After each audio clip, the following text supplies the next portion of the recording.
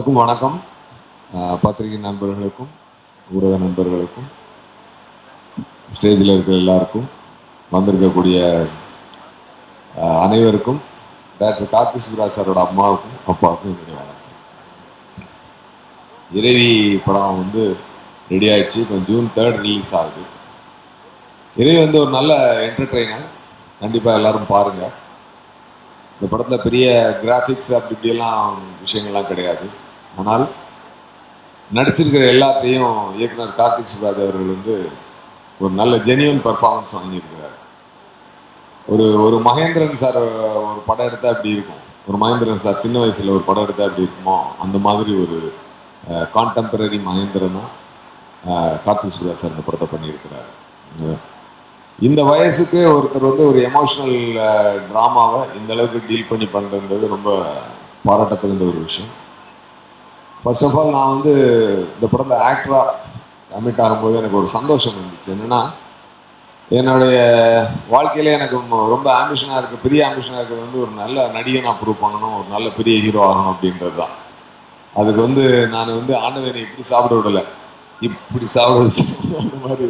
என்னென்னா, அதுக்கு வந்து நான் ஒரு டைரக்டர் ஆகி ப்ரொடியூசர் ஆகி நானே என்னை ஹீரோ ஆக்கிக்கிட்டு பெரிய ஜேர்னி, ரொம்ப பெயின்ஃபுல்லான ஜேர்னி. அதெல்லாம் கடந்து வந்து பார்த்தா அப்புறம் சரியான படங்கள் எனக்கு நடிக்கிறதுக்கு அமையலை.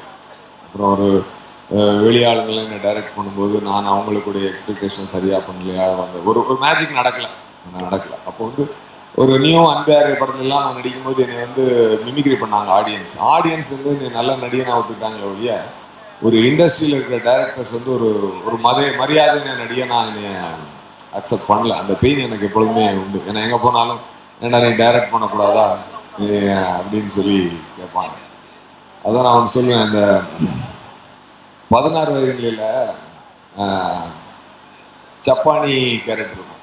அப்போ ஸ்ரீதேவி மேடம் சொல்லுவாங்க, இந்த மாதிரி யாருமே இனிமேல் சப்பானின்னு கூப்பிடக்கூடாது, கோபாலகிருஷ்ணன் தான் கூப்பிடணும்னு சொல்லு அப்படின்னு சொல்லி சொல்லுவாங்க. அப்புறம் கொஞ்ச நாள் கழிச்சு கேட்பாங்க, என்னப்பா அவங்க எல்லாரும் இப்போ கோபாலகிருஷ்ணன் கூப்பிட்றாங்கல்ல அப்படின்னா, இல்லை எங்க நான் தான் கோபாலகிருஷ்ணன், எல்லாரும் நீ சப்பானின்னு தான் சொல்கிறாங்க அப்படின்னு சொல்லி சொல்லுவேன். அந்த மாதிரி நான் நடிகனா வரணும் அப்படின்னு சொல்லி பார்த்தா எல்லாரும் ஏன் நீ டைரக்ட் பண்ணக்கூடாது, ஏன் நீ நடிக்கிற அப்படின்னே கேட்பாங்க. அப்போ அந்த சப்பானி மாதிரியே நமக்கு ஒரு ஃபீலிங் வரும்.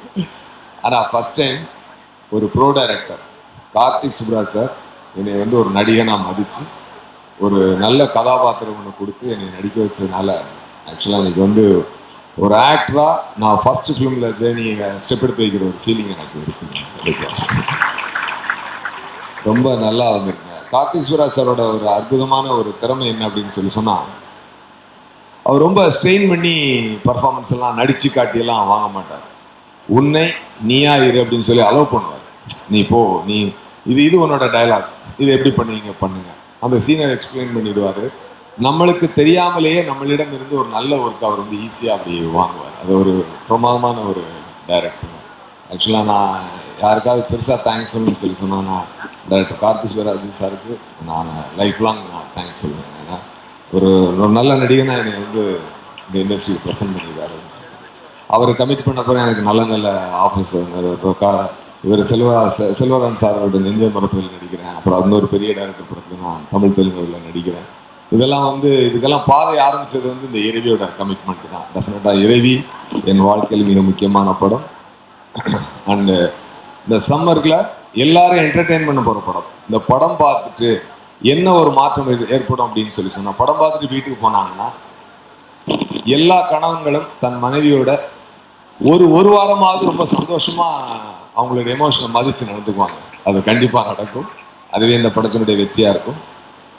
இந்த படத்தில் இருந்து director Vijay Sethupathi sir, Bobby தம்பி, கருணா சார் எல்லாருமே ரொம்ப நல்லா ஜென்யூனாக பர்ஃபார்ம் பண்ணியிருக்காங்க. நல்ல சாங்ஸ்.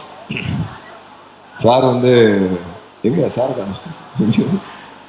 சந்தோஷ் நாராயணன் சார் வந்து செம சாங்ஸ் பண்ணியிருக்காரு. பேக்ரவுண்ட் நான் படம் பார்க்கல, நான் டைரக்டர் சொன்னார் சாங்ஸோட பேக்ரவுண்ட் ஸ்கோர் பயங்கரமாக கலக்கிட்டார் அப்படின்னு சொல்லி சொன்னார். ஸோ வெரி ட்ரெண்டி ஃபிலிம் இறைவி கார்த்திக் சுப்ராஜோடைய முத்திரையோட ரெடியாக இருக்குது. எல்லோரும் பாருங்கள். இந்த படத்தினுடைய தயாரிப்பாளர் சி குமார் சார் அவர்களுக்கும், அபிய நபி சாருக்கும், ஞானவேல் சாருக்கும் என்னுடைய நன்றியும் வணக்கத்தையும் தெரிவிச்சுக்கிறேன். மற்ற யாராவது பேர்கிட்ட இருந்தால் மன்னிச்சுக்கோங்க. தேங்க்யூ. எவ்வளோ நிமிஷம் டைம் பார்த்தா வெறும் 1/2 மணி நேரம் தான் முடிஞ்சுது. என்ன சார் சொல்கிறீங்க அப்படின்னு. ஆமாம்மா, இது வரைக்கும் எனக்கு ஒரு 10-15 நிமிஷம் தான் கதை சொல்லுவேன், இதோட டீட்டெயிலாக என்னால் சொல்ல முடியாது அப்படின்னாரு.